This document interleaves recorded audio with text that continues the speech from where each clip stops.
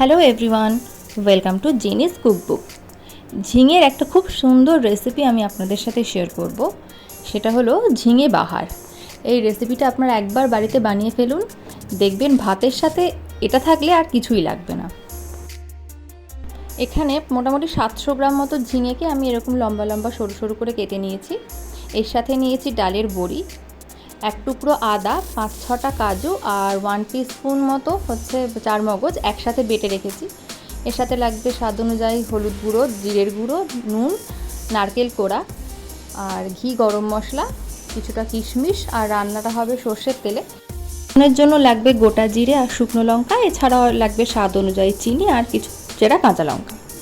প্রথমে আমি কড়াইয়ে তেল গরম করে ডালের বড়িগুলোকে ভেজে নেব।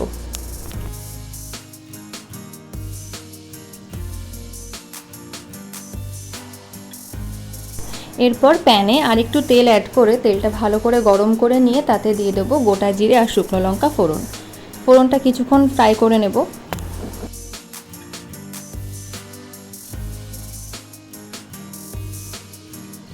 ফোড়নটা 20-30 সেকেন্ড মতো ফ্রাই করে নিয়ে এবার এর মধ্যে কেটে রাখা ঝিঙের টুকরোগুলো অ্যাড করে দেব। সব ঝিঙে অ্যাড করা হয়ে গেলে ঝিঙেগুলো মোটামুটি 3 থেকে 4 মিনিটের জন্য তেলের মধ্যে ভালো করে নাড়াচাড়া করে নেব।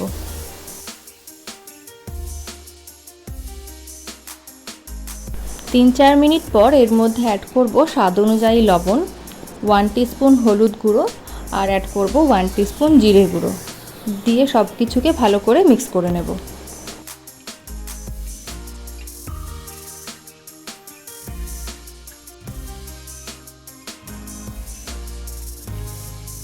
মোটামুটি 2 থেকে 3 মিনিট মতো মশলাটা কষিয়ে নেওয়ার পর এর মধ্যে বেটে রাখা মশলাটা অ্যাড করব। এতে ছিল আদা, কাজু আর চারমগজ একসাথে একটু জল দিয়ে পেস্ট করে রাখা। এবার সব কিছু খুব ভালো করে মিক্স করে নেব। সব কিছু ভালো করে মিক্স করা হয়ে গেলে আমি একটু ঢাকা দিয়ে রাখবো যাতে ঝিঙেগুলো ভালো সফট হয়ে যায়। কিছুক্ষণ পর ঢাকা খুলে একটু নাড়াচাড়া করে নেব। দেখে নিতে হবে যাতে তলায় লেগে না যায়, আর প্রয়োজনে কিন্তু একটু জলও অ্যাড করা যেতে পারে। আমি এখানে মোটামুটি হাফ কাপ মতো জল অ্যাড করেছি।